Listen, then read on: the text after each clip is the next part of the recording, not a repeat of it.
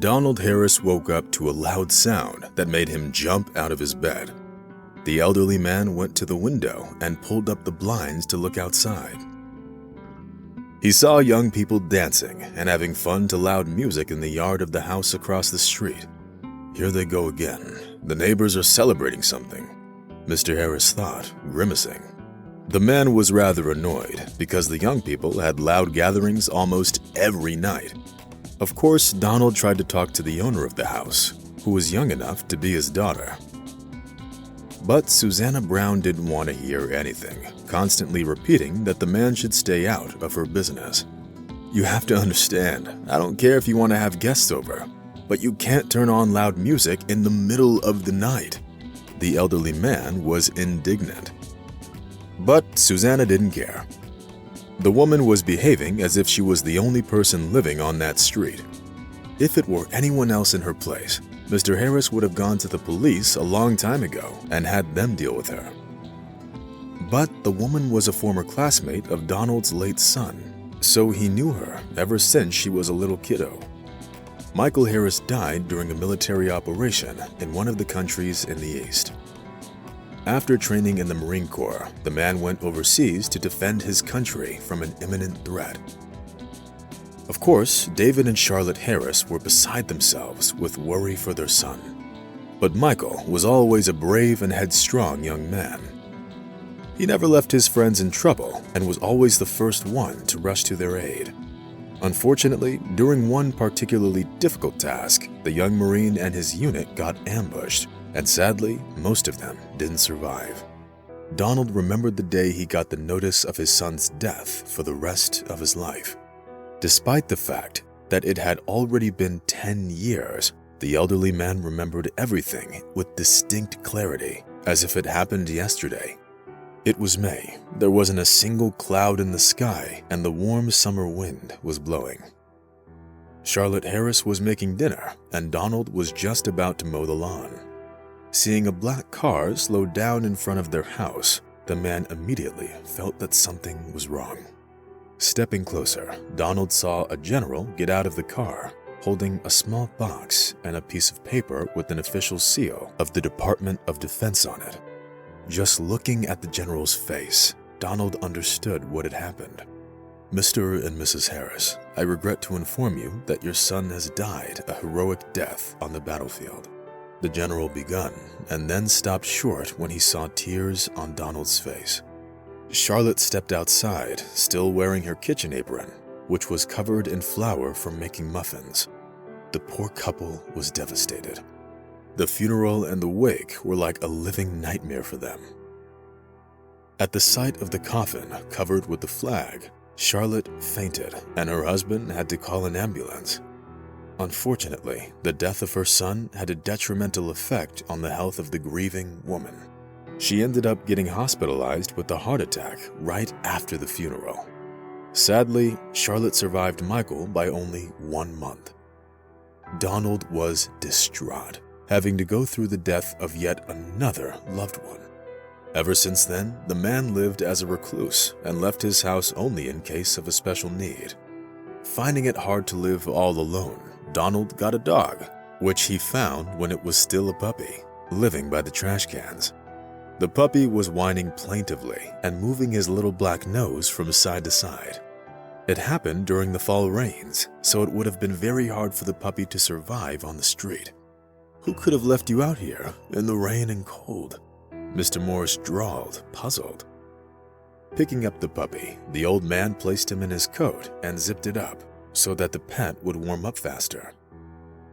When they got home, Donald treated the puppy to some warm milk and bread. Then the old man put a warm blanket in the corner for the puppy to sleep on. The man named his pet Spike in honor of the cartoon character and soon started treating him like a real family member.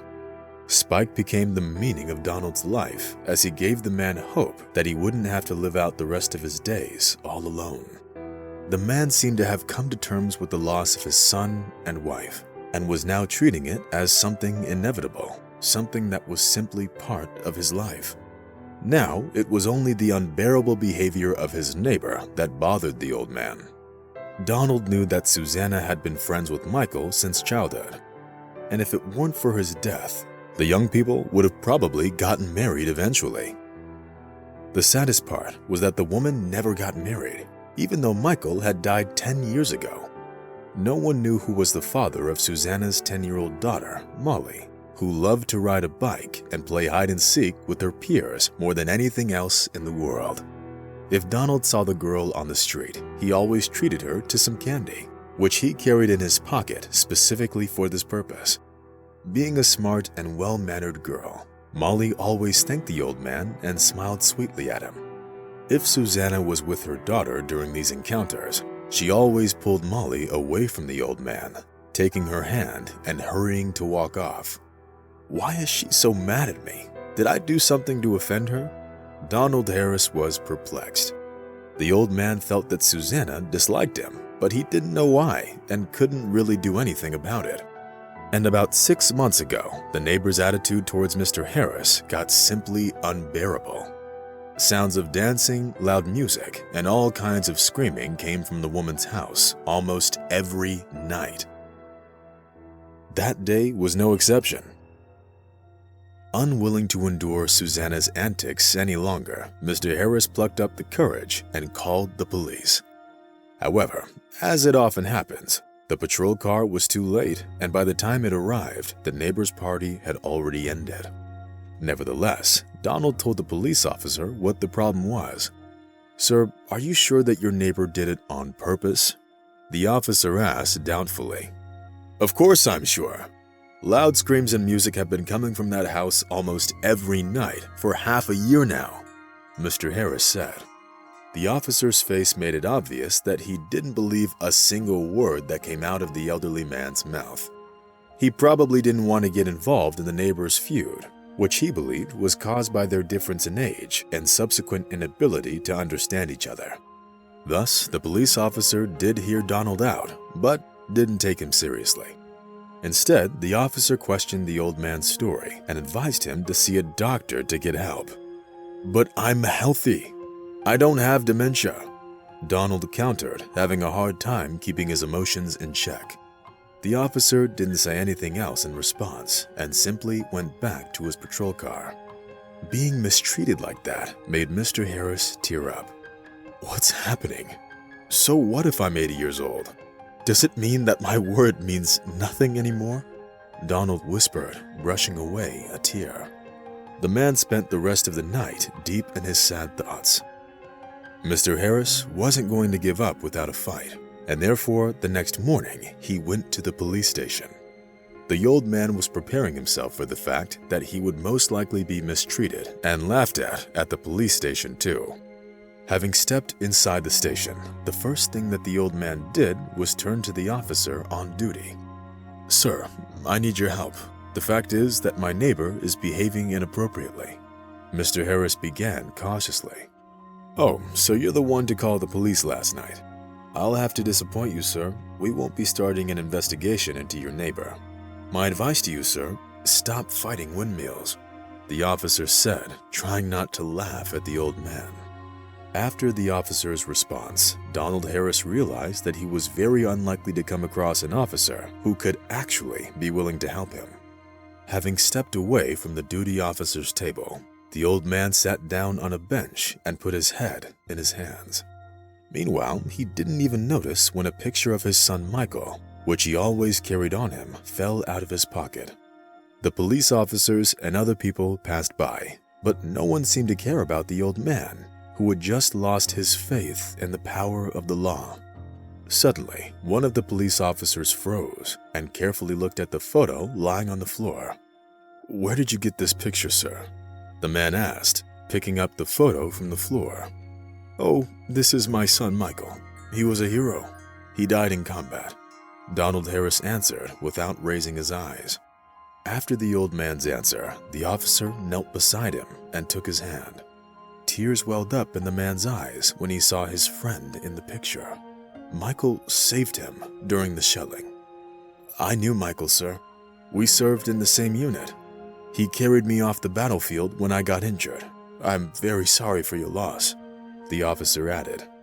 At the mention of his son, Donald Harris couldn't help but feel emotional, and hopeful that he might finally get some justice. As it turned out a little later, Brian Miller really did know Michael Harris. It was to him that the man owed his life to, which almost ended during one of the most difficult military operations. When his contract ended, Brian joined the police force. Having served his country opened many doors for the former Marine.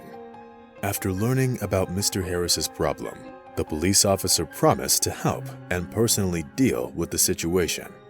And in order to do so, Brian called Susanna and asked her to come to the station and answer a few questions, and that immediately changed everything. Of course, the woman tried to deny everything at first.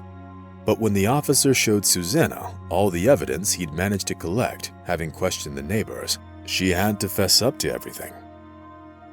Jumping ahead, I'll just say that even Brian Miller didn't expect to hear that confession. According to Susanna, the late Michael Harris was her daughter's biological father. They saw each other when Michael came to visit his old man and were even thinking about getting married. But obviously, their plan fell through when Michael died, and it was only then that Susanna found out that she was pregnant, having made the difficult decision to raise her daughter alone. The woman got angry at Michael's parents, who she felt had failed their son by letting him join the Marine Corps in the first place. When Donald heard Susanna's confession, he looked at the situation through her eyes and found it in himself to understand her motives. The woman was simply angry that by an evil twist of fate, she ended up being a single mother. Therefore, instead of being honest, the woman didn't think of anything better to do than harass Michael's parents, whom she felt were personally responsible for all the problems in her life. However, after Susanna and Mr. Harris had a heart-to-heart, the relationship between them changed for the better. "Please forgive me, Mr. Harris. I should have told you the truth sooner," Susanna said, embracing the old man. "No, it's okay. It's me who's in the wrong here. I should have figured it out a long time ago," Donald Harris answered. Now that the truth was out, the neighbors started living in peace and mutual understanding. Molly came over to visit her grandfather almost every day. She played with Spike and told her grandpa everything that happened at school. Looking at the laughing old man and his granddaughter, Susanna knew that Michael was watching them from heaven and wished them all nothing but the best.